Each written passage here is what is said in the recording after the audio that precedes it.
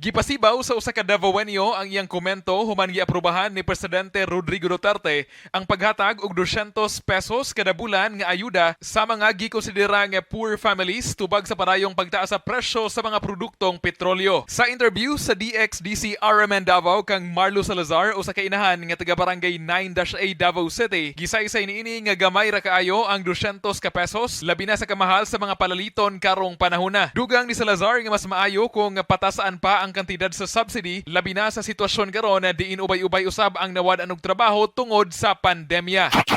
Swerte yun ang kulangan, sir, kay sa karon. Pertigong mahala karong palitonon, sir. Unsa may mapalit anang 200, bugas pa lang daan, tagpila ng kilo.